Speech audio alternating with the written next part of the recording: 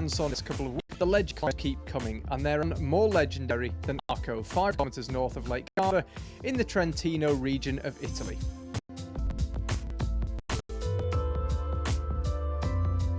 Over 6,000 people Arco home, ancient cobbled streets, beautiful buildings, and enough climbing to last a lifetime. It's easy to see why they're a happy bunch. As if all that wasn't enough, there is sunshine and good food aplenty, so the competition is always a favourite amongst IFSC athletes and supporters alike. Arco has hosted an annual international climbing competition for the past 32 years, and the distinctive overhangs of the wall here have been graced by virtually every great rock climber in history. Good evening and welcome to the Trentino region of Italy. We had the lead semi-finals this morning. It's time for the speed finals. I'm Charlie Bosco, delighted to say that as so often in Arco, I've got Ahmed Torre alongside me, and as I did for the lead semi-finals, Matt Groom as well. And Ahmed, it's been a fantastic speed climbing season. Yeah. The men's particularly all over the place. All over the place, just lots of, I mean, that's just the nature of speed though, for that matter. Like, consistency matters. So, you know, I'm glad to see that at least in Arco, like, I'm seeing a bunch of similar names, some new ones, an American at that too, so I'm pretty excited about that. And I'm just ready for this final, man. Well, yeah. And on the women's side as well, Annick Jobert, again, she's been the strongest climber out there, but not super consistent, and a few messy performances. Exactly. And because, like, those messy performances, I mean, they're few and far between, especially Fran Nuka's, like, some experiences that. And I just saw her just a second ago, like, warming up in the back, and she looks in fighting form. She was, like, actually boxing back there, so, like, shadow boxing and stuff. She is ready to go today. And Matt, one of the biggest problems is going to be the conditions. Since we brought you the lead semi-finals, it rained hard for, 2 hours? It's still humid. Conditions far from ideal. Yeah, the whole arena's been baking in the sun all day, and then about an hour and a half ago we had thunder roll through, and although it has taken that edge off the heat, it feels greasy to me down here. I had a feel of the first couple of holes, and it does just feel not ideal, so it's going to be interesting to see how the athletes cope with that coming into this final. The cherry picker is just rolling back, by the way. I'm slightly concerned that we have a technical incident, so if you can hear the cherry picker through our microphones, it is just backing up. They've been doing something with the timing system. Please, no more problems with the speed climbing timing system. But I think we should be starting just about on time. Just behind our camera, we can actually see the climbers ready to come out, and I'm trying to see whether there is any delay. It doesn't appear that there is, and there is the crowd gathering in Arco in the field. Pleased to say that the bright sunshine from earlier on has been replaced by slightly cooler temperatures, greyer skies, and no more rain. There was a bit of a fight earlier for who could get in the shade. Everyone was lined up in the shadow with the big tree. Yeah. A bit of a battle going on there. Ahmed, this is, how many times have you been to Arco in a row? 3 times in a row? 3 times, yeah, this will be my 3rd. It's the most fabulous place for a climbing competition. Oh yeah, I mean, I can't like really list off everything that you can do over here, but I mean the few things, like, I mean, obviously gelato, like you guys do. Well, these guys do ice cream way better than they do in America. You know, we got some climbing over by the lake. Obviously, this fantastic venue and competition is much better than this. Yeah. I'm just looking across at where the competitors will emerge from, and there's, I have to say, climbers are severely outnumbered by officials, which never really bodes especially well. We should see the climbers' entrance just come into the shot down there on the bottom left. You can see there, sadly none of those people there are athletes. They are all volunteers and officials, and there did appear to be some sort of last-minute discussions going on, so stay tuned. The good news is the cherry picker has been lowered down, so I think whatever they've been doing up there has been sorted out, you hope. Although, as we speak, the other one starts up on the other side, so who knows what's going on at the moment.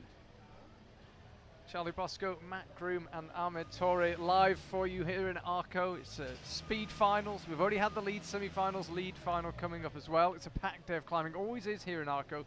They always put out 3 broadcasts on the same day. It's always a full action-packed day. And as I said earlier, crowd filling up. We would expect that to be absolutely jam-packed within half an hour or so. I'm interested to see how that this weather does affect the speed climbing, though, because you're right, it's really humid out here. Climbers are definitely going to sweat a little bit more. Just the fact that it drizzled even a little bit, you know, they dry the holds as much as they can, but they can't get every single inch. So we'll have to see. Hopefully everybody chalks up and there aren't any bad slips on that I wall. presume liquid chalk is the sort of name of the game here. The guys going backstage, they'll put it on a couple of seconds before they go out, and then when they go, they'll be ready. Yep. Oh yeah, absolutely. No, I think that's definitely the way to go. It'll like keep them at least drier. That way, if there's any wet holds on the way up, they can kind of deal with that a little bit better. You know, it's definitely going to be better if, you know, your hand isn't sweaty when you go and touch a greased up hold already. And do you think as the competition progresses, will the later athletes have an easier time of it, or will it get more greasy the more athletes touch those holds? You know, I think as they go, it's a rare situation where, like, if the holds are already a little bit wet, it's actually probably going to get a little better. As they go up, they'll chalk it up a little bit more, take any of that excess water, like, out of any divots or anything like that, or, like, the actual jugs. And I would presume it gets like a little drier as it goes, especially with only like 16 athletes. I think it'll be all right. Yeah. And I think most people can understand from their own experience how humidity, temperature affects lead climbing and bouldering. Absolutely. What is the real life effect when you're on the wall for a speed climber from these kind of humid conditions? What do you notice? Is it foot slips? Do you have to climb a little slower to be more secure with each hand? Can you take fewer risks? How does it manifest itself when you have conditions like this? In my experience, at least with speed climbing, I would say it's your feet that you have to worry about a little bit more, because you can't physically like feel that on your skin. So like while you're going up, yeah, sure, you might feel a wet spot, but in that like microsecond you can squeeze a little harder. Whereas like on your foot, you kind of have to just trust that your foot's in the right place. And if any of those foot jibs are wet, like even a little bit, pressing on it like you would normally during speed practice could just have you slip right then and there. I would imagine thinking about these things is the worst thing you can do. You just need to get out there, get on with it, and just hope you don't fall off. Exactly. You sing a song, get excited, and just do your thing. Yeah, the more you think about it, the worse it tends to be for people. Yeah, a lot of the athletes I was watching them warming up had Bluetooth headsets in. They were listening to music, they were getting themselves psyched up. Oh yeah. How important is that to get yourself in the right frame of mind? Oh, it's very high energy. I mean, speed is fast, and you have really no time to think. Like, you have to rely on that muscle memory and just go.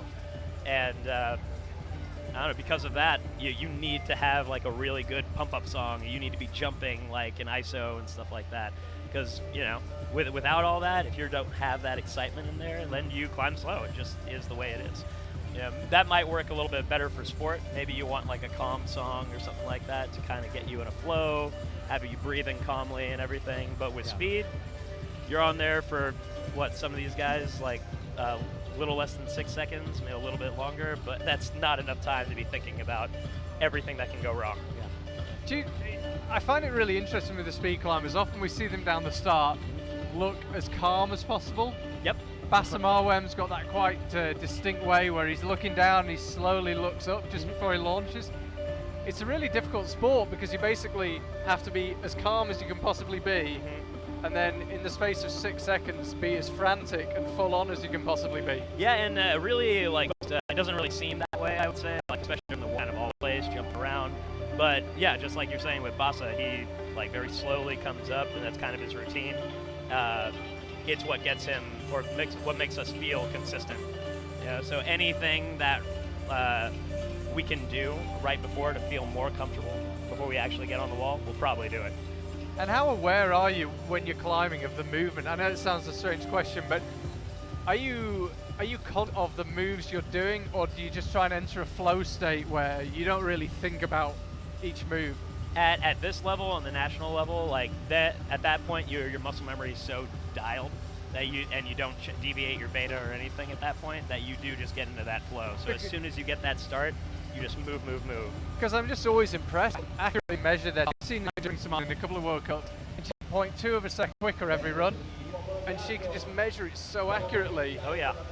But I guess it's still flow. You can't. Yeah, it's still not conscious slowing down or speeding up. Right. It's more of a consciousness beforehand to go a little harder the entire way through. So you're right. Like in the first rounds, it might be a little bit slower. You know, they're conscious about trying to make it into finals in the first place. You know, and if you fall and you get DQ'd, then you're not in finals. What's the point?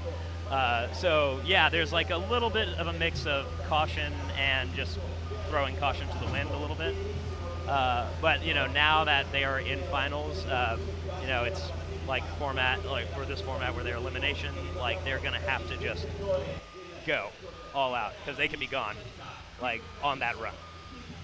As you can see on the left-hand side of your screen, the second of the cherry pickers, the route setters cherry pickers here, is now disappearing off. There in the yellow vest is Christian Binthammer, the chief route setter in the lead climbing, and there are the views in Arco. Pleased to say that the sky remains grey, but there's no rain coming from it.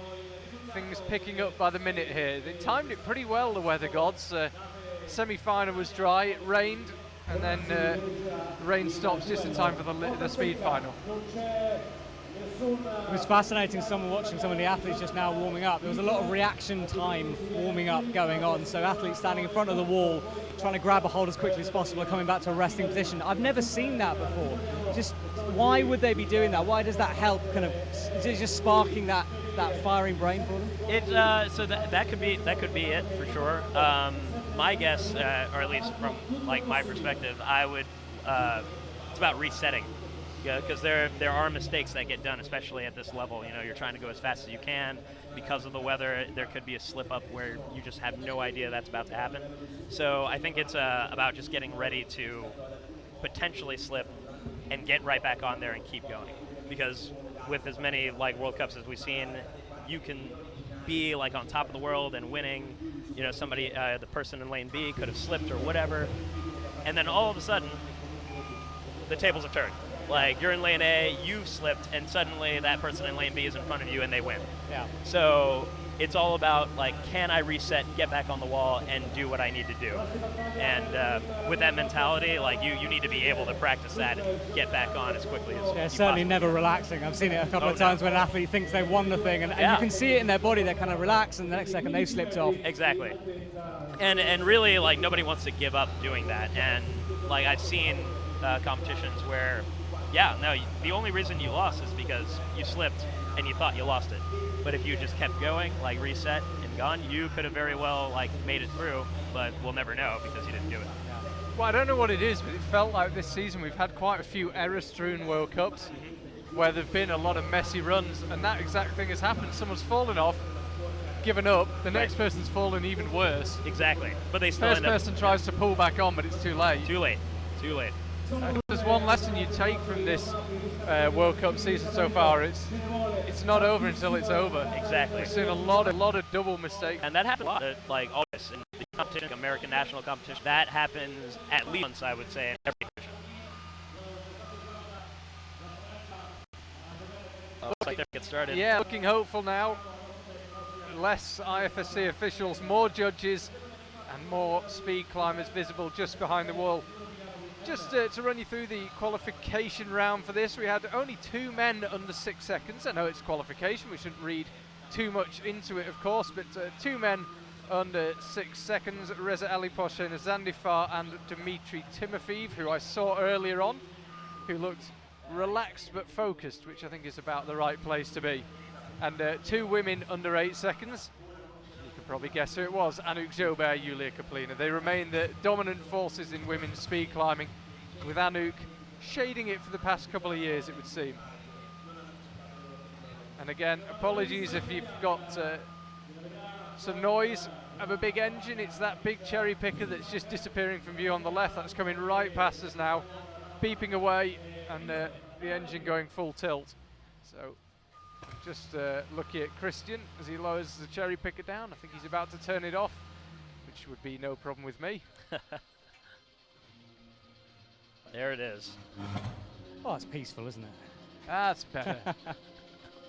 That's better. Crowd's starting to build on our right now. All of them right as close as humanly possible to the front of this climbing wall arena. Yeah, one of the things I was disappointed about was when it rained was the potential that we wouldn't have a big crowd, because Arco, this is the 32nd year in a row that Arco has had an international climbing competition. And to be denied the evening in Arco with a crowd full of passionate climbers would have been a real shame. So thank you, rain, for stopping and allowing everyone to come out and give it full gas, as they say in Austria. And speaking of Austria, first climber out, Alexandra Elmer taking on Anouk Jobert. Jobert is there on the left, Elmer on the right. Jobert, the point world record holder. She equaled Yulia Kaplina's record from 2017 in Moscow this year. Jobert, a clear favourite. She's overall World Cup winner from last year and seemingly on course for another win this year, and gets away cleanly. Apologies, we don't have a timer live on screen, so we can only see the times when they appear at the top, but Jobert seems to be going pretty cleanly, and that's 8.07 for her. 9.11 for her competitor, Alexandra Elmer. And I wish they could, everybody could have seen Anouk in warm-ups, because that's just a perfect example of how like crazy you can get like in isolation. Then all of a sudden you come out here, you stay calm and just take all that energy and focus it on the wall.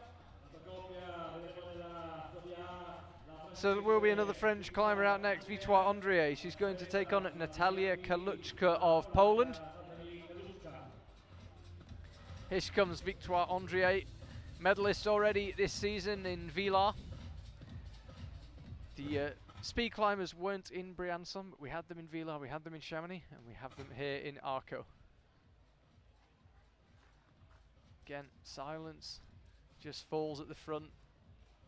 No matter how many times you experience it, it's always strange to be down the front for a speed climbing competition. And I'm just looking from our commentary box, I can actually see the clock, so I'll try and keep an eye whether it's looking especially fast run. 7.32, the current world record. Don't think that will be beaten this time, but both climbers are going well. This is neat climbing, particularly from Kaluchka, but then she slipped, and a classic example there. Yep.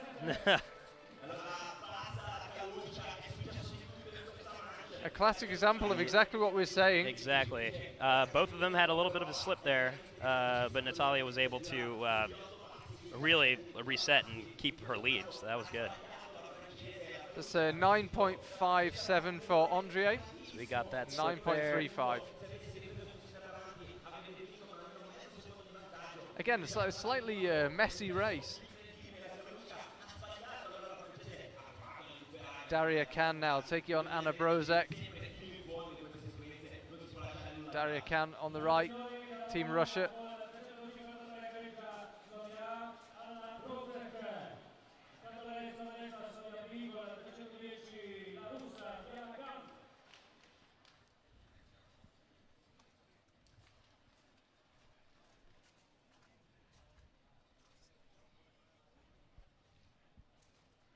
So Brozek will be on the left, Daria Khan on the right.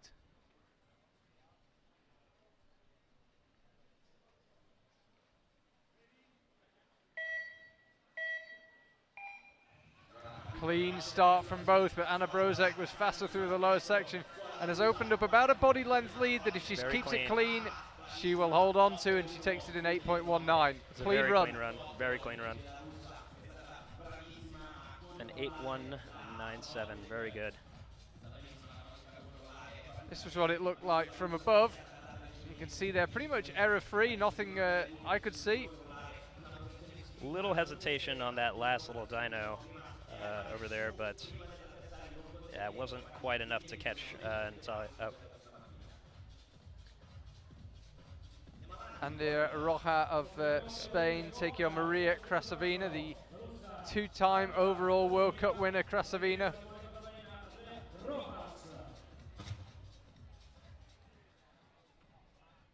Krasavina, the veteran, the favourite for this one. But anything can happen. Yeah, with speed climbing, anything can happen. And it usually does. Krasavina wants to get on with this. The climbers do have a statutory time before, by which they have to be ready. Krasavina made to wait a couple of seconds at the bottom, but it doesn't seem to be back again. A nice run, 7.4, time under 8 seconds. 8.58 for her competitor.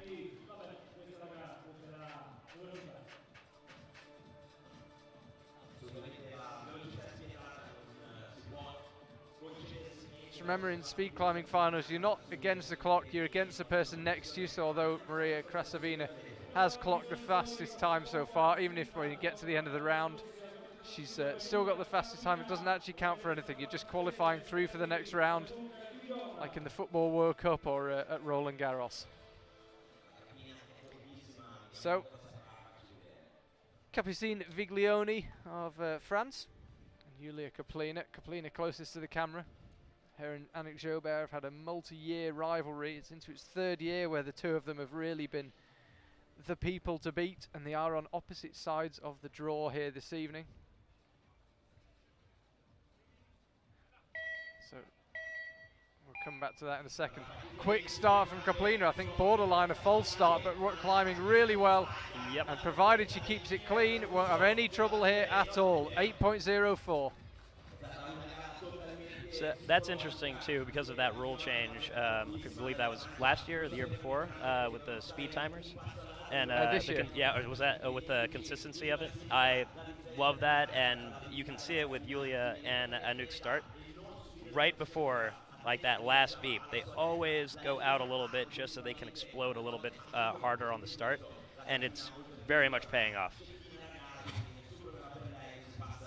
In more than one way too. Like first, it just gets them off the out climbing a little bit faster than their opponents, but psychologically too, just seeing your opponent get ahead of you like that, it can be kind of a downer.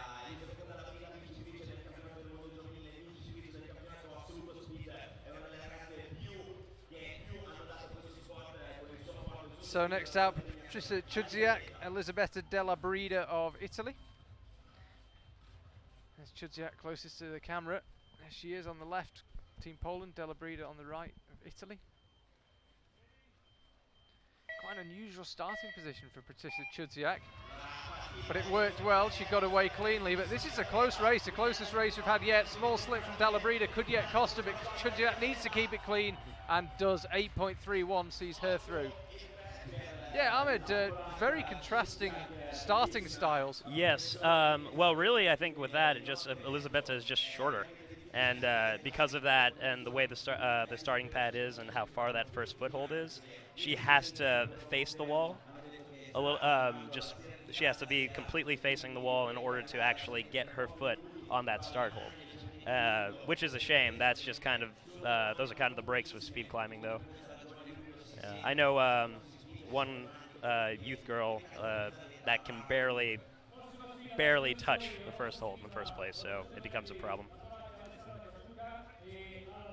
Alexandra Koluchka and Piper Kelly of the USA. You know Piper well? Yeah. No, Piper has been crushing in the speed scene in the States, at least. We just had youth nationals, and in her category, she just absolutely destroyed everyone. So I'm excited to see what she can do here. Just to let you know, I'm sorry to report the rain is back here in Arco. The venue is dry, we don't need to worry about that, but poor crowd are getting a bit wet. Quick start from both again, but Koluchka absolutely flying through that lower section, going really well, but a big slip. And she needs to recover this, and she does. 8.59. Piper not far off there. Not far off there, and that's a perfect example. Like, you slip once and you can lose it. And right there, she actually did well to recover it. Oh yeah. It was just enough. Good out of Piper as well.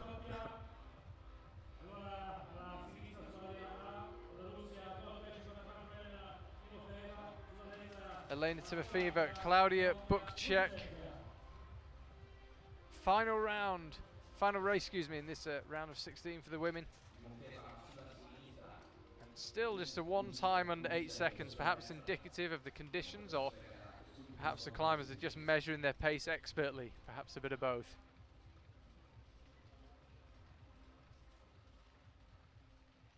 Timofeeva on the left, Claudia Bukchek on the right. Clean start from both. We've had the whole round without a single false start. Long may that continue. Timofeeva opened up a good lead, but being made to work for this one, takes it in 8.28. Yeah, Alina was able to keep that a little bit more consistent. But yeah, you can also see the difference in their speed starts. I'm not sure if, yeah, she can actually go completely with her hips towards the wall at the start, but I think she chooses not to in order to explode a little bit more upwards instead of going over to the left. She lost the momentum a bit there, just at the top. A little at the end, yeah. Here's her husband, Dmitry Timofeev. Yeah, he's taking on his compatriot, Alexander Shikov.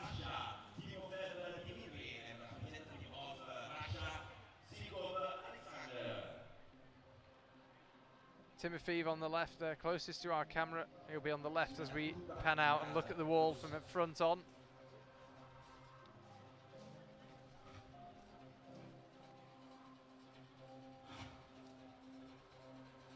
Still raining hard here in Arco. This is not what we want. We want a packed, enthusiastic crowd. We'll see. The rain stopped earlier. It can stop again. So here's Timofeev on the left, Shikov on the right. Both of Team Russia. Timofeev again, starting a long way out from the wall, but exploding onto it. Both of them going well. Both of these guys World Cup winners. And I think that was Timofeev who took it. It was 5.91 to 6.00 for his opponent, Alexander Shikov. And it happened so fast. I wasn't sure if that was just his beta or if he had a little bit of slip up top. But there he goes. Very smooth one by Dmitry. But yep, if you look right there. Okay, so he's just smearing on the wall really fast. I'm pleased to report, Charlie, I've just had a wander outside and the crowd is putting up with the rain. They've got jackets on, umbrellas up. They are coping with it. The Arco crowd is dedicated crew. Yes. I feel no sympathy with people in Arco when they have to put up with a bit of rain. They probably get about 2 hours a year, so absolutely zero sympathy for me. So Jan Kriz, Leonardo Jontero up next. Very different build. Kriz, tall climber, Yeah. Jontero, small and we explosive. can see that difference with the start as well. Kriz absolutely launched up that first couple of moves. He had half a body length move within half a second. Oh. And he takes it in 6.16 to 6.32 for Jontero. Ahmed, we talk about tall climbers and shorter climbers, it seems, all the time. In speed climbing, do you think there's an advantage either way? There's definitely a disadvantage, I would say, to being shorter just because of the start. So once you reach a certain height, if you can get your foot on that start hold and completely put your hips towards the wall, or your right hip towards the wall, then it tends not to really matter. There's different beta after that, but as long as you're moving fast, you're good. But yeah, if you're shorter, that can be an issue. Konstantin Pavlenko, Vladislav Dolin. Dolin, the reigning World Cup champion for 2017. He just had one of those seasons last year where everything came together. What can he do? 2018 in Arco.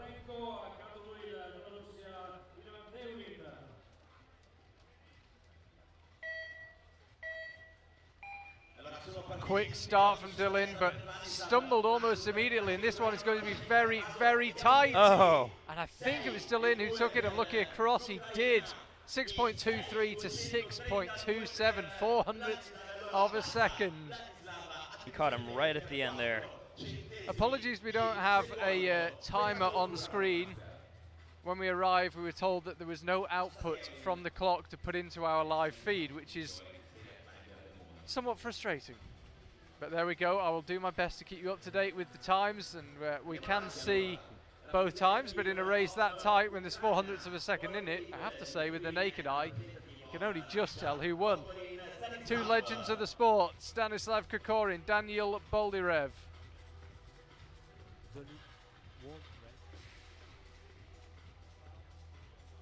I got two really fast ones here.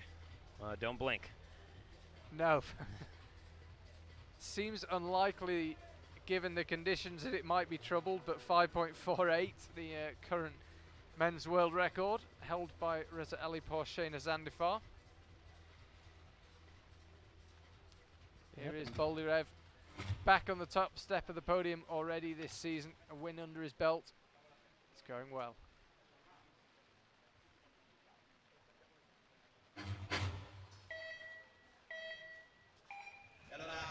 Boldyrev got a big lead early on. All he's got to do is hang on to it. Might be easier said than done, but he keeps it clean and he takes it in a fast time, 5.85 to 6.10. Daniel Boldyrev through. Stan Kokorin climbed pretty neatly. Talk us through these, Ahmed. Both seem to be going pretty well. So, I mean, just the height difference, you can see, like, their beta is absolutely, like, completely different from each other. Like, Stanislav has to touch more holds. He's got to use his feet a little bit more, be a little bit more explosive. Whereas Daniel, like, all he has to do is explode a couple of times, and he skips 2 or 3 holds that Stanislav had to touch. But yeah, you add that, like, his height with just really fast, like, twitch muscles, and Daniel's going to take it like 9 times out of 10. Daniel Boldyrev and Stanislav Kokorin, both overall World Cup winners in the speed. And these two here, both World Cup winners. Reza Ali Porshena Zandifar, the world record holder, closest to the camera. Ludovico Fasali, climbing in front of his home crowd, lane B on the right. Winner in Edinburgh 2017.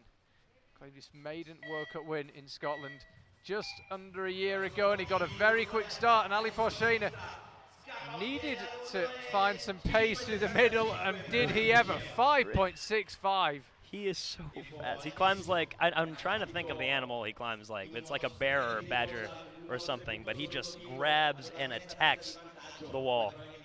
Yeah, Fasali had a big slip quite low down. Reza didn't actually get the best of starts. Yeah. You can't help feeling he might have left a tenth of a second on the ground there, actually.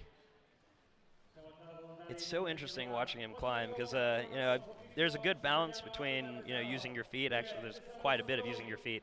And then you do pull a little bit. But with Reza, it's going to be complete opposite. Like, I feel like he's just pulling through all these jugs and, you know, using his feet just enough. Kind of reminds me of the footage you see on nature documentaries of bears kind of bounding after something. You know, it's exactly. Like, it's just sheer force. Yeah, the guy is just stacked.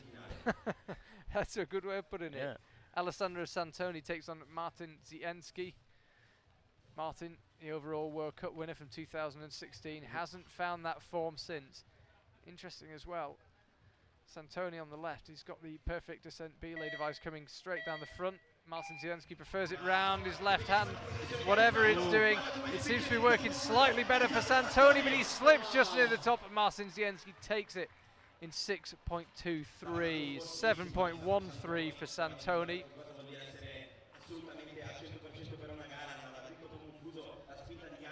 Martin looking pretty disappointed, understandably enough. Let's have another look. Santoni, big slip right at the top. Right there. Yep, missed that foot.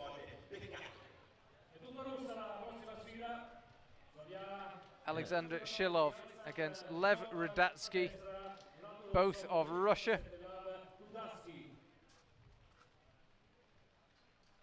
Shilov, the beaten finalist in Vila, when it was Alexander Shilov against Alexander Shikov. Easy for me to say. Lev Rudatsky. So on the right, that's Alexander Shilov that we're looking at now. And again, a clean start. No false starts yet in Arco. Everyone climbing well and neat and fast. In the case of Alexander Shilov, 6.21 to 6.34. There you see it, 6.211. We do have timings to the thousandth of a second. Let's have another look from above. Our camera hanging right above the speed wall. Yeah, start pulling away from him, kind of in the middle there. Ended up being close, but Rudatsky knew he'd lost it. Now here's a man you know well, John Brosler. John Brosler. Taking on Bassa Marwem. Bassa the winner in Tai'an in May. That feels a long time ago. Yeah. Saw his younger brother actually in Vale a little while ago, and he's climbing at the Rock Masters here, I believe, as well. Michel. Yeah. This will be a very interesting round right here. These guys are really, just personally, like, they're really the nicest guys that I know, I think. And just to see these guys intensely compete against each other. It's going to be fun. Bit of a close-up there, Basser Mawem's biceps. You need a wide-angle lens. So it's Basser on the left, John Brosler of the USA on the right. Basser rocks back and then launches up, and he's got a bit of a lead, but John Brosler's holding on well. If Basser slips, he could be in, but Basser does not slip. He takes it in 5.77. Very good run. Second fastest time we've seen today after Reza Ali Poshena's 5.65. A good run from John as well, 6.32. Stayed with Basser right till the end. Yeah. It's very exciting for John as well.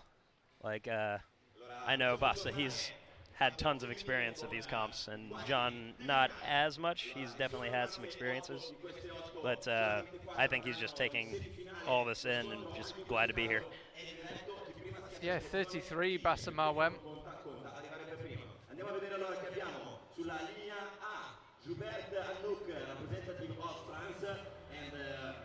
So we're on to the round of 8.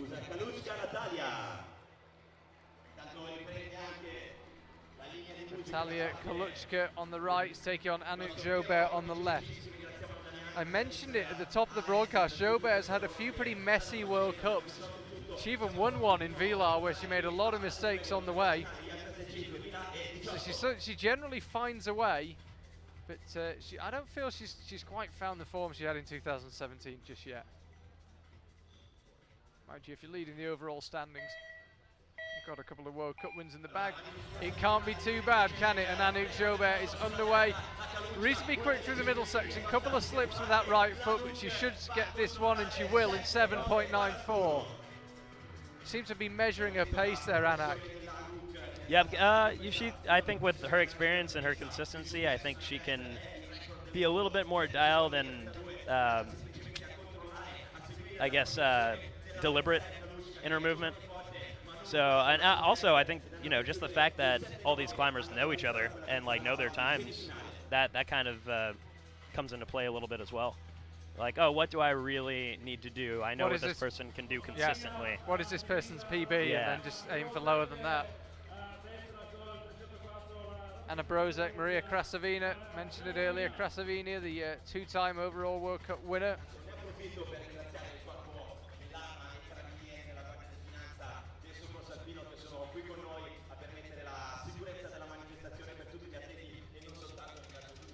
So Anna Brozek, Maria Krasavina. Brozek, a bundle of energy. See her just almost trying to kick that excess energy out. It's Krasavina on the right, Brozek on the left. Slightly sluggish start from both climbers, but Brozek's been quicker through that lower section. This is tight though, she's going to have to work for this one. Oh wow, could not see that. And she misses out by 0.003 of a second. Wow. Maria Krasavina took that one in 7.806. 7.809 for Brozek. That is a heartbreaker. I do not feel quite so bad for missing that with the naked eye. So it's Maria Krasavina who goes through in 7.806. And just check this out. Oh man. This is 0.003 of a second. And it's really just, it comes down to the last move and this section right here. Bam. It was just a matter of bringing the hand up a little bit quicker. Wow. I can just about, I think I can see that on the replay. With the slow-mo, it's helpful. Still not quite convinced I could see it, but either way. I've seen closer, but it doesn't get that close, really. There's Yulia Kaplina on the right, taking on Patricia Chudziak.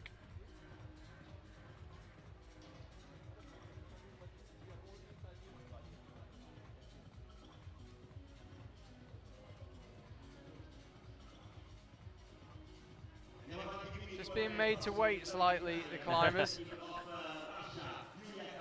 The MC here likes to give him a big shout out.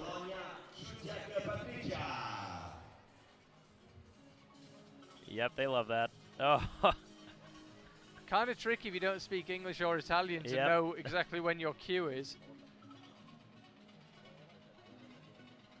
So it's going to be Kaplina there closest to the camera. She'll be on the left as we look at it, and Patricia Chudziak will be on the right.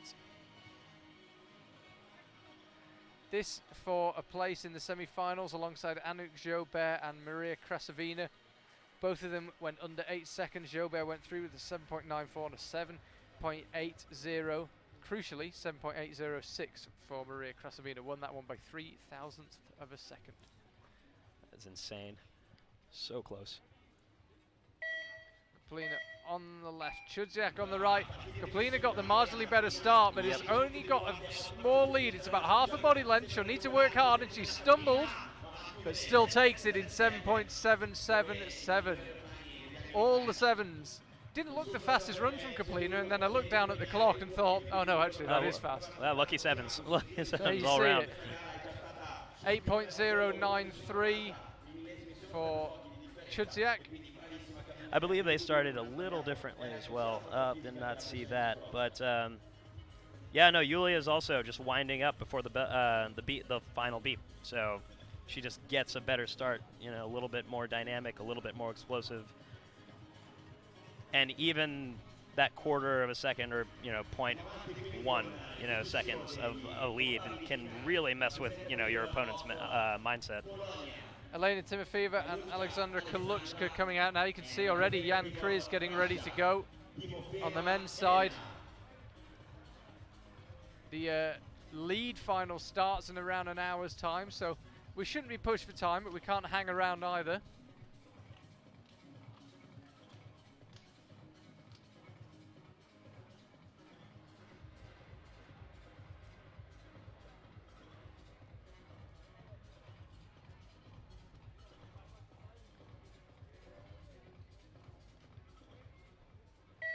Different starting positions, you can see. Kaluchka matching that first hold. Timofeeva with the different hands on different holds, and it certainly seems to have worked better for Kaluchka. She takes it in 7.64. Fast time for her. Absolutely flying. Timofeeva just never seemed to get going. Yeah, no, I couldn't really see what happened there at the bottom. She's got a very sluggish start. Yeah. I mean, you did see her coming up after that, so it makes me think that there's still value in just getting up there, resetting, and doing it anyway. I wanted to ask you a little bit about recovery times in this, because these athletes, they're mostly getting times below 9 seconds for all of them. Oh yeah. That seems very quick, but it takes a lot out of you, doesn't it? What are they doing backstage to recover from that kind of explosive energy?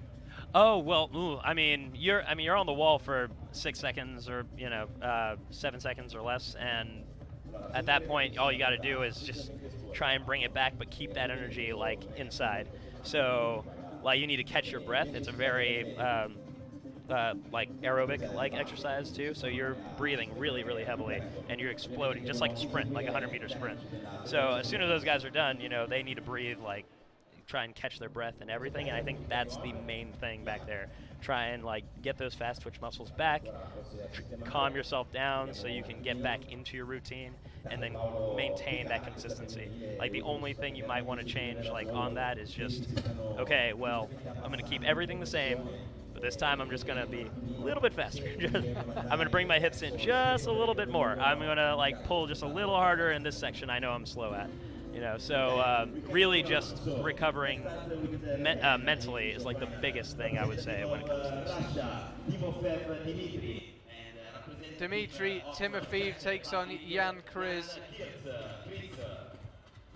This for a place in the semi-finals. From there we decide who is in the big final and the small final, and then the medals get dished out. Timofeev came through with a 5.91 and a 6.16 for Jan Kriz.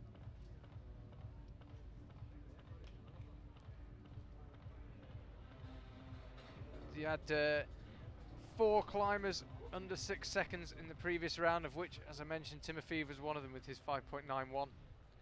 Reza Alipor, Shayna also under 6, Daniel Boldarev and Bassem Marwem both under 6 as well. And it was a very quick start from Jan Kriz, but a stumble. So Timofeev stumbled, then Kriz stumbled, and Timofeev recovers the better of the two. Man. And takes it in 6.69. That's right. Never stop. You gotta always fight until you hit that pad. It's not over till it's over. 6.80 for Chris. Be interesting to see that one again. There's big stumbles from both of them. I think the both of them are just stoked they made it through that. That's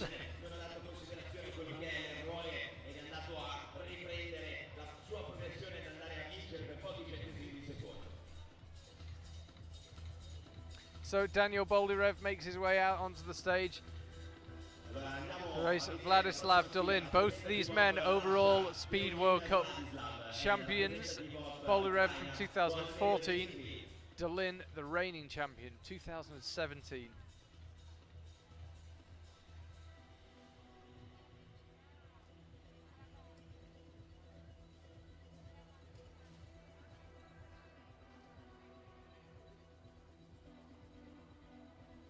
Yeah, this like portion right there, like where they're just trying to calm themselves down, like that is definitely the calm before the storm. Just trying to calm down before they just explode. You saw Timofeyev just shaking with adrenaline, bursting with energy. Has he got enough to catch Boldyrev? Oh. He doesn't. It's Boldyrev who takes it 5.79.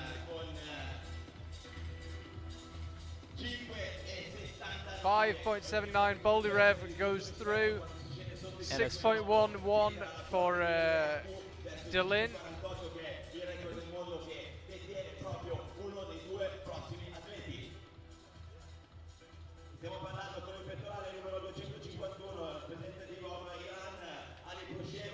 Reza Ali Porsheni Zandifar takes on Martin Zienski, who had not the cleanest run of his life in the last round. But still made it through with 6.23. Just putting it out there, 5.48 is Reza's current record. I'm just saying.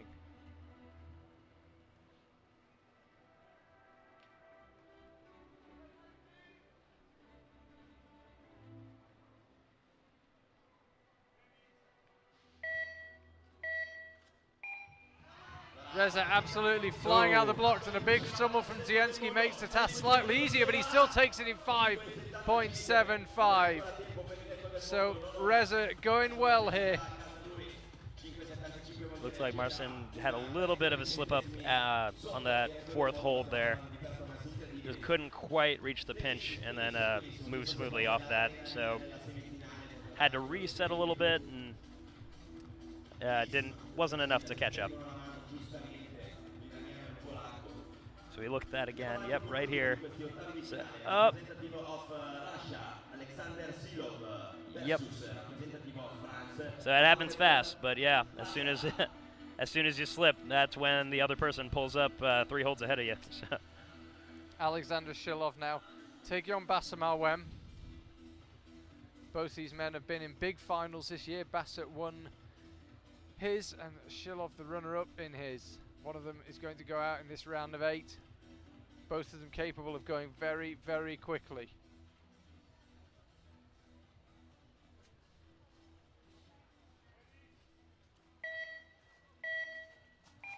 Again, Bassett glances up just before he goes, but he's got his work cut out because Shilov is absolutely flying through the middle section, and Bassett blows it on that very last left-hand hold. And we said it's always worth getting back on, but not at that stage. Yeah, at that point, a little bit too explosive. It just slipped out, and he just pushed himself off the wall, unfortunately. 5.88, the winning time. Bassett doesn't record a time. Disappointment for him. Makes his way slowly off the stage. So we have our final 4 in the men's and the women's. On the women's side, it's Annik Jobert, Maria Krasavina, Yulia Kaplina, and Alexandra Koluchka. On the men's, we've got Dmitry Timofeyev, Daniel Boldyrev, Reza Ali Porshena, and Alexander Shilov. So semi-finals coming up.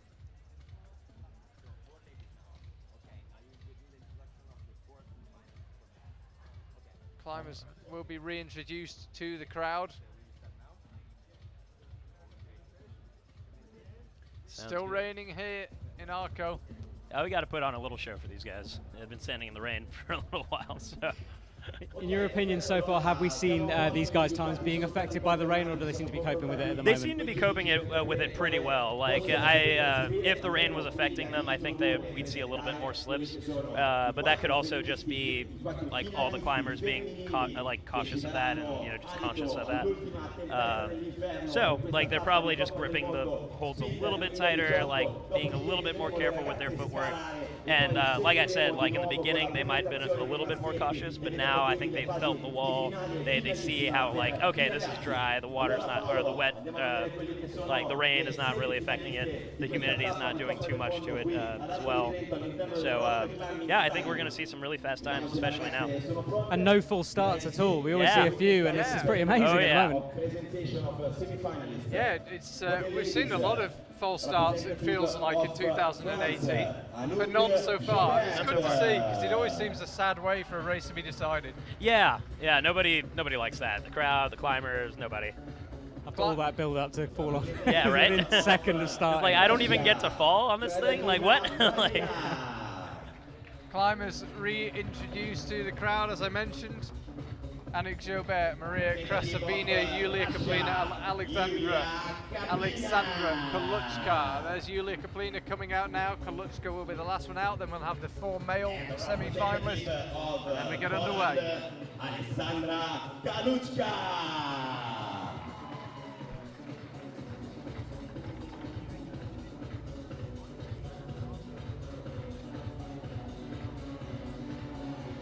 All right. Make another welcome to the 4 ladies semi-finalists. A combination of calm and nerves there, it seemed, with the athletes. Some looking very, very chilled out, some looking far more nervous. I was actually thinking about this, and I'm almost certain that, like, at this level too, they just want to get on the wall and be done with it. So just to be reintroduced for like the crowd and everything, I think it kind of gets them out of their little zone and puts them in a bit of a funk. So yeah, so now they get to go back and maybe reset a little bit, but you can definitely see that, like, some mixed reactions when they come out here. Because you've got to keep your adrenaline under control, haven't you? You let it go too much, your heart rate's going to soar and you're going to struggle. Well, yeah, and they know that they need to be out here. They need to, like, put on a little bit of a show for the crowd, and so they don't want to come off as like too, like, serious or too focused or anything like that. But I can see the dichotomy there. Like, you're just like, okay, I need to climb my best right here, right now, in about 3-4 minutes. But I also need to, like, play to the crowd a little bit and, just show them a little bit of my personality. But that can be really difficult when you're in a high-stress position like this. I mean, it's something we see in so many sports, that range of emotions going through athletes' faces, and it's no different in climbing. It's the same deal. Exactly. Like when in swimming and everything, Michael Phelps, just seeing him in that zone with it when he gets his headphones in, he just looks angry. Looks so angry. But then you see him, like, outside of that element, and he's like, oh, well, that's, like, the nicest guy. Some of these guys look utterly terrifying. Wouldn't want to meet them in a dark alley. Oh, yeah, totally.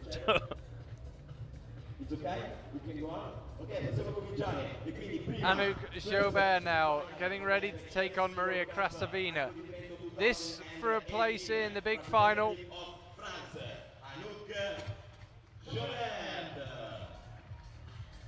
representative of Russia, Krasavina Maria. Allora, sulla sinistra abbiamo la record lady del mondo. Mi sa che non ci regala una gioia in questa serata.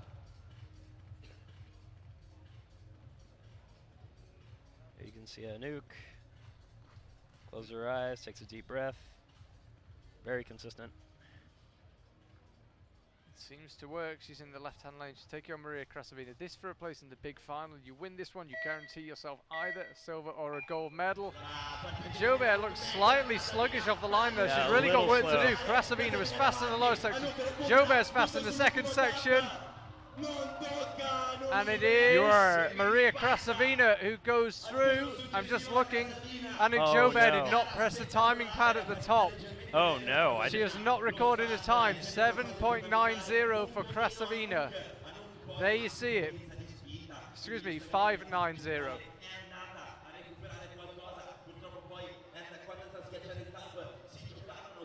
Oh, wow, that's a bit disappointing for a nuke there. It's a very clean run, except for the start there. She had it. Allora andiamo quindi sull'ultima nelle semifinali. Representative of Russia, Yulia Kaplina. So here comes Yulia Kaplina. She'll take on Alexandra Koluchka. Superb performance from Koluchka, who's going to the Youth Olympic Games in Buenos Aires in October.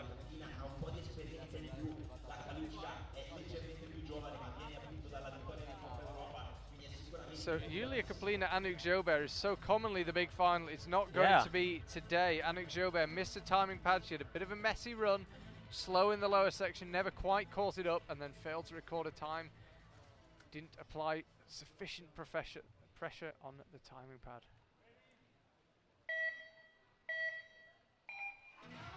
Yulia Kaplina, no such worries on the start, and Koluchka had a big slip. Kaplina should cruise this one, but stumbles my herself goodness. and needs to get going. Oh, that was a little too close for me to see. I do not know who won that. I believe that's Yulia. I believe that's Yulia, 9.104. By about a tenth of a second, I believe. Apologies, we're slightly in the dark as well. I'm pretty sure it was Kaplina who took that one in 9.10. You cannot stop, though. You cannot stop.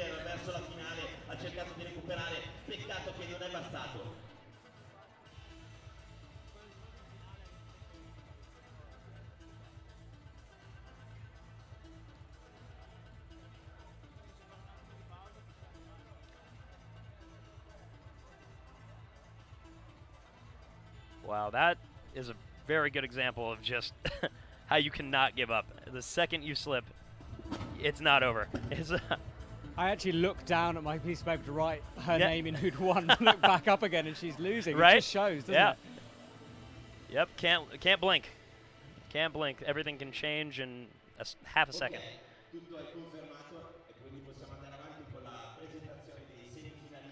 So let's have the presentation of the male semi-finalists.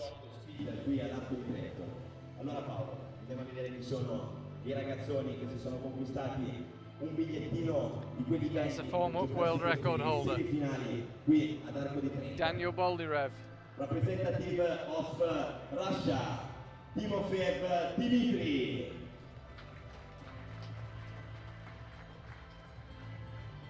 Representative of There's Dimitri Ukraine, Timofeev. You can't see him for the umbrellas. There he is. Rain still falling hard in Arco. Here's Daniel Boldyrev. Representative of Iran, Reza Alipursheva. Reza Ali Porshena, the current world record holder.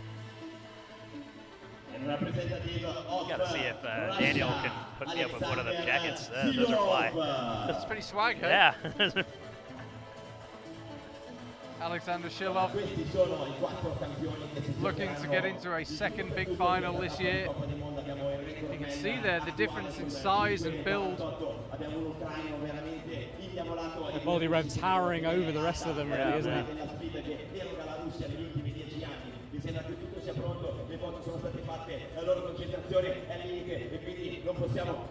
Yeah, you can tell they're looking out and they're out here for everybody, but their heads are very much on the speed wall right now. And good on them, they need to be.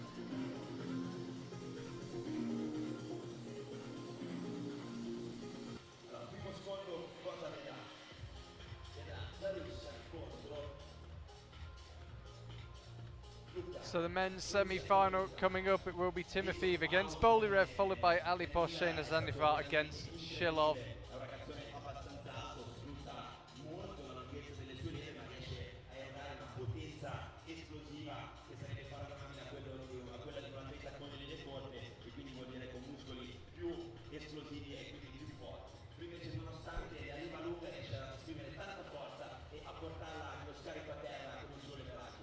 Yeah, sorry to say, the rain's still falling hard here in Arco. Conditions far from ideal. We haven't seen a shot of the crowd for a while, but it wouldn't be at all surprised if it's thinned out slightly, sadly. Probably the last thing they want is to be made to wait.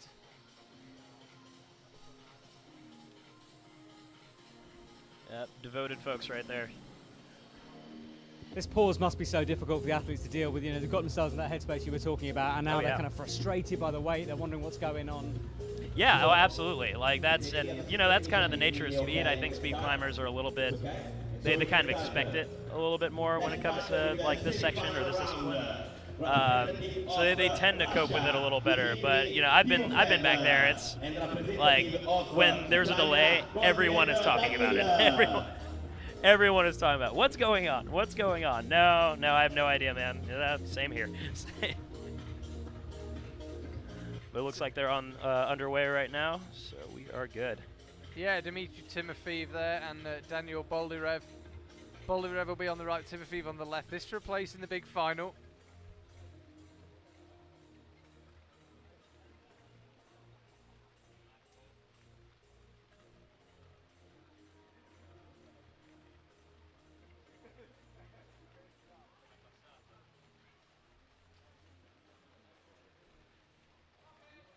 Might be able to hear the rain and our microphones bouncing off our tent. Conditions reasonably good for climbing actually under the covered wall. Certainly not good for spectating, sadly. But it's Timofeev and Boldyrev ready to go and gunning for a place in the big final. And Boldyrev got a great start and he just needs to hang on to it. Timofeev's going quickly, but when Boldyrev had that kind of lead, he took advantage for sure. Took advantage. 5.83, 6.55 for Timofeev. So Daniel Boldyrev. And a little slip off the right foot. It's a really crucial push foot, so yep.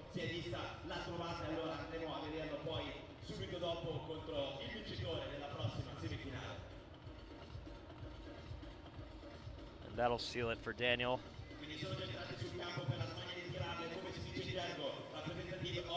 So this to join Daniel Boldyrev in the big final, Reza Aliposhena against Alexander Shilov.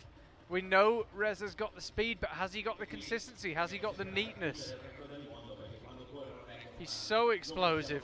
Yeah, well, with these conditions, since he's so light on his feet, as long as he keeps it consistent, I think he'll be all right. He actually managed to turn at one of the holes in the qualifiers. I had heard about that. That's insane.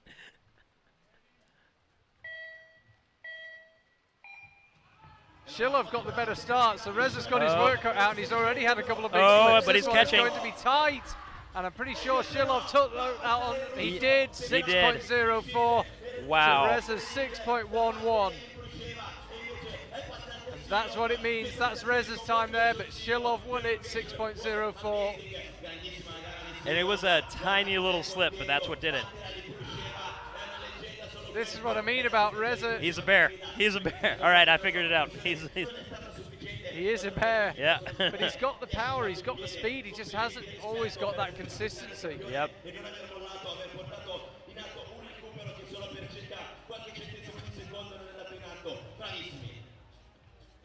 Yeah, I did say it right before. Wow, you can still hear him. Wow. Yeah, that is Reza backstage shouting that you might be able to hear through our microphones. So we're ready to roll on the women's small final. Anouk Jobert against Alexandra Koluchka. As I mentioned, Koluchka going to Buenos Aires Youth Olympic Games just over 6 weeks' time.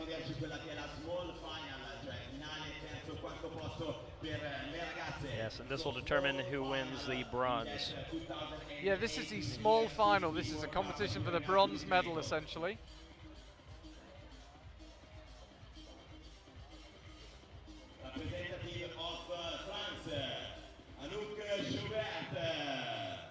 There's Anouk.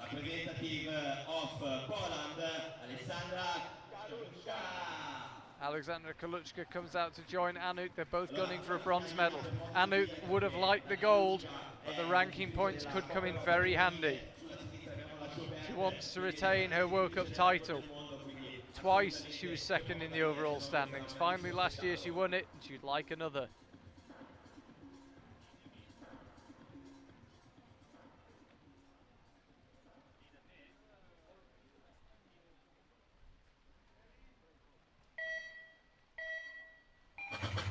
Joubert just sat back and then exploded into action, but she's being made to work very hard for this. This is a tight race, and Kaluchka might just take it.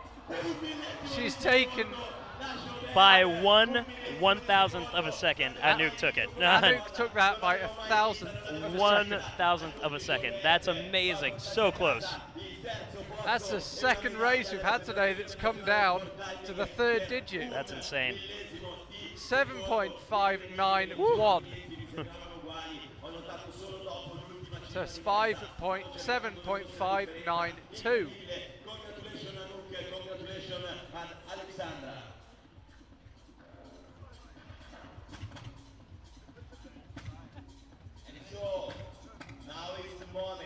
So it's the big final now. Maria Krasavina, Yulia Kaplina, both World Cup winners, both overall World Cup winners. This could be crucial in the overall standings for Kaplina Joubert. So Russia know they're going to get 2 medals. They're going to get a silver. They're going to get a gold. Whose name will be on them? Russia, Yulia Kaplina.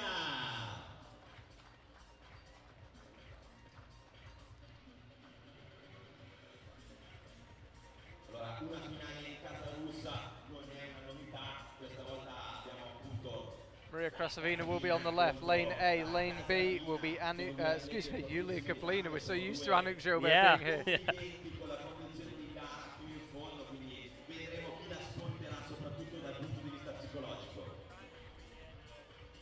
Tension building here. It feels like the climbers have been made to wait a bit longer than normal. Now they're ready to go. Krasavina on the left, Kaplina on the right. Kaplina got a really quick start, but Krasavina's been quicker through the lower half of the route. This one is going to be very, very tight, and it's Kaplina who takes it. 7.41. She goes within 1/10 of a second of her own world record, and she takes the gold medal. And really takes it on the last 1 or 2 moves. Yeah, for most of that climb, I really thought Maria was going to take it. Yulia Kaplina blistering time, 7.41 to 7.65 for Krasavina. How much time do these guys have to adjust to microbeta when they're climbing the route? Can they look over sort of and react to the opponent, or is it just a case of carrying on in your own game plan? Yeah, you really can't. You can't focus too much on that. Like it can, if you do think about it, you have less than 1/10 of a second to make a decision and then go from there. So when somebody slips, for example, if they're ahead of you, that's easy. You know, you see that because you're still looking up, and then bam, you just turn it on. If you're ahead, if you're leading and you take a slip, you don't know what's going on behind you. So you just immediately default to, I need to get back on here and go as fast as I can. Doesn't matter what's happening to my right or to my left. I got to just go. So, but yeah, it's about like 1/10 of a second. You have no time at all to really switch things up. There is Dmitry Timofeyev. He's about to take on Reza Ali Porshena for the bronze medal. Reza needs to get himself calmed down again.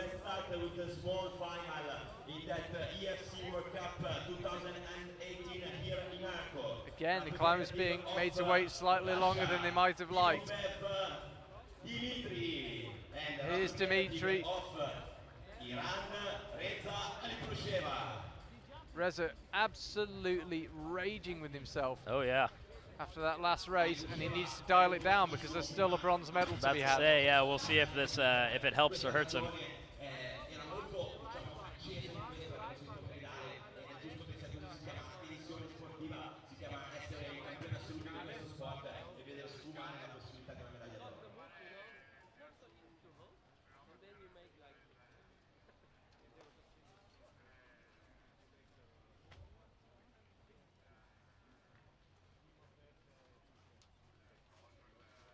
Again, different methods on the work choice of where they put their perfect descents. Reza on the left with Timofeyev having it on the right, but it's Reza who takes it. 5.59 fast time, 6.26 for Shilov. For Timofeyev, excuse me, I was reading the graphics. Apologies, graphics on the screen were wrong there. That was Dmitry Timofeyev.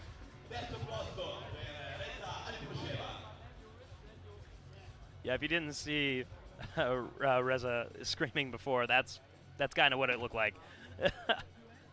A little bit more on the angry side, but we got it. We got the shot. So Reza gets his bronze medal, fast time, 5.59. This is the big final. Daniel Boldyrev, Alexander Shilov. IFSC Speed World Cup 2018 here in Arco di Trento. Representative of Ukraine, Boldyrev Danil. There's Daniel Boldyrev. Of Russia, Alexander Shilov. Alexander Shilov. Ragazzi, questa è la finalissima. Si giocano la medaglia d'oro, gold medal for the player. E quindi non possiamo che vedere su. Siete fantastici, tutti qui con noi. Io vi amo tutti. Allora, Ucraina contro Russia.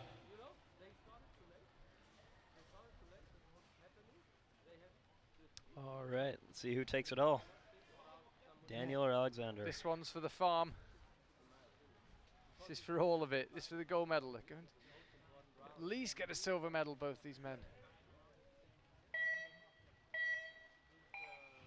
Boldyrev with the quicker start that's opened him up a bit of a lead, but he's being made to work hard for it. And I think he just about took it. He did 5.58. Again, very quick time. He gets within a tenth of a second of the world record. He goes faster than his 5.6, which used to be the world record, and he takes a gold medal for the second time this season. That's what we like to see. Bit of showmanship from Daniel Boldyrev. Thank you, man. You have done a really excellent performance. Congratulations. What a speed final. You are IFSC World Cup winner 2018. Congratulations for your cup. Let's have a look at the replay of the big final. This was Boldyrev, Shilov. So consistent. And you know what's interesting about that last move? He actually seems a little, he's a little too tall for that last move, in fact. Takes a little extra work. Del podio, non la cerimonia ufficiale, quello che si chiama flower, e cioè gli atleti che si prendono l'applauso del pubblico. E allora andiamo Well, Ahmed, thank you once again Thank for you. the fantastic analysis and for your company. And we'll see you tomorrow for some deep water soloing in Lake Garda. Yeah, you better believe it. Yeah. It's a hard life here in Arco. So hard. Don't go anywhere, because in just half an hour's time we've got the lead finals. Thank you very much for watching. We'll see you in about 30 minutes.